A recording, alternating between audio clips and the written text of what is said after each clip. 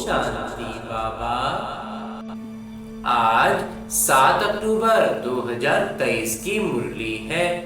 बाबा कह रहे, मीठे बच्चे, बुद्धि को यहाँ वहाँ भटकाने के बजाय घर में बाबा को याद करो। दूर दूर तक बुद्धि को ले जाओ। इसे ही याद की यात्रा कहते हैं। मंथन में बाबा की ज्ञान का मंथन करते हुए बाबा की याद में बहुत दूर तक जा सकते हैं, लेकिन इधर उधर व्यर्थ में भटकाना नहीं है। हाँ जी बाबा। और आगे मेरे बाबा प्रश्न पूछ रहे हैं कि जो बच्चे सच्चे दिल से बाबा को याद करते हैं उनकी निशानी क्या होगी। उत्तर बतलाते हैं मेरे बाबा कि सच्चे दिल से याद करने वाले बच्चों से कभी कोई विकर्म नहीं हो सकता। उनसे ऐसा कर्म नहीं होगा जिससे बाबा की ग्लानि हो। उनके शिष्टाचार बड़े अच्छे होते हैं। वो भोजन पर भी याद में रहेंगे। नींद में भी समय पर स्वतः खुल जाएगी। उनकी नींद भी समय पर स्वतः खुलेगी। वो बहुत सहनशील, बहुत मीठे होंगे। बाबा से कोई भी बात छिपाएंगे नहीं। जी बाबा। गीत है, हमारे तीर्थ न्यारे हैं। ओम शांति। और आगे अपने ब्राह्मण जीवन में धारण करने के लिए आज की मुरली से लिए गए प्रमुख बिंदु है कि किसी का भी सामना नहीं करना है। कोई कुछ कहे तो सुना अनसुना कर देना है। जबरदस्ती का जाकर के भिड़ना नहीं है। सहनशील बनना है। सद्गुरु की निंदा नहीं करानी है। अपना रजिस्टर खराब होने नहीं देना है। भूल हो जाए तो बाबा को सुनाकर क्षमा मांग लेनी है। वहां ऊपर याद करने की आदत डालें। आदत बाबा को याद कहाँ करना है? परम धाम में याद करना है। किसी भी बाबा कहते हैं शरीर में ध्यान याद नहीं करना है। आगे मेरे बाबा वरदान दे रहे हैं।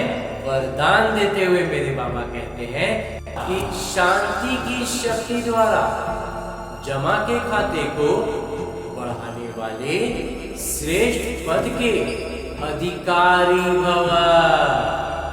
जैसे वर्तमान समय विज्ञान की शक्ति का बहुत प्रभाव है। अल्पकाल के लिए प्राप्ति करा रही है। छोटा समय के लिए तो लग रहा है कि बहुत बड़ा बड़ा काम कर रहा है। ऐसे शांति की शक्ति द्वारा जमा का खाता बढ़ाओ। अपनी शांति की शक्तियों को हमें जमा करके बढ़ाना है। बाबा की दिव्य दृष्टि से स्वयं में शक्ति जमा करो। तब जमा किया हुआ समय पर दूसरों को दे सकेंगे। जो दृष्टि के महत्व को जानकर शांति की शक्ति जमा कर लेते हैं वही श्रेष्ठ पद के अधिकारी बनते हैं। उनके चेहरे से खुशी की रूहानी झलक दिखाई देती है।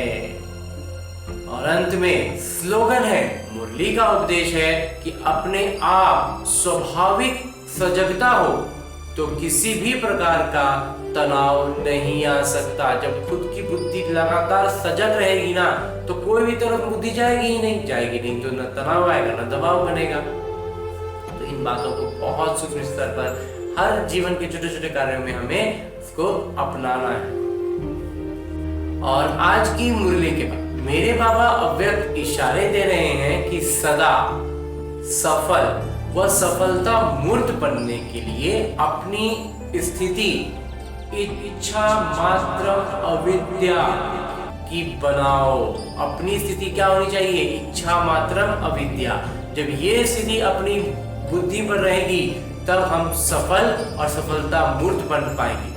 अगर स्वयं सफलता मूर्त नहीं होंगे तो अनेक आत्माओं को उसके संकल्प को सफल नहीं कर सकेंगे। अगर खुद की इच्छाओं में ही उलझे रहेंगे तो फिर अनेक जो आत्माएं हैं उनके संकल्पों को कैसे सफल कर पाएंगे। तो जो संपन्न नहीं उनकी इच्छाएं जरूर होंगी, क्योंकि संपन्न होने के बाद ही इच्छा मात्रम अविद्या की अवस्था आती है। जब तक बुद्धि में संपन्नता का भावना नहीं भरेगा तब तक इच्छा मात्रम अविद्या हो ही नहीं पाएगा। तो तो बाबा कहते हैं इनसे अलग हट जाना है, ऊपर उठ जाना है, तभी हम इच्छा मात्रम अविद्या की स्थिति में आएंगे। और जब हम इच्छा मात्रम अविद्या को समझ जाएंगे और अपने बुद्धि में उसको स्थित हो पाएंगे, तब हम सफलता मूर्त हो जाएंगे और दूसरों की, बाबा कहते हैं, संकल्पों को सफल करने के लायक बन जाएंगे। हाँ जी बाबा, बहुत धन्यवाद बाबा, बहुत धन्यवाद।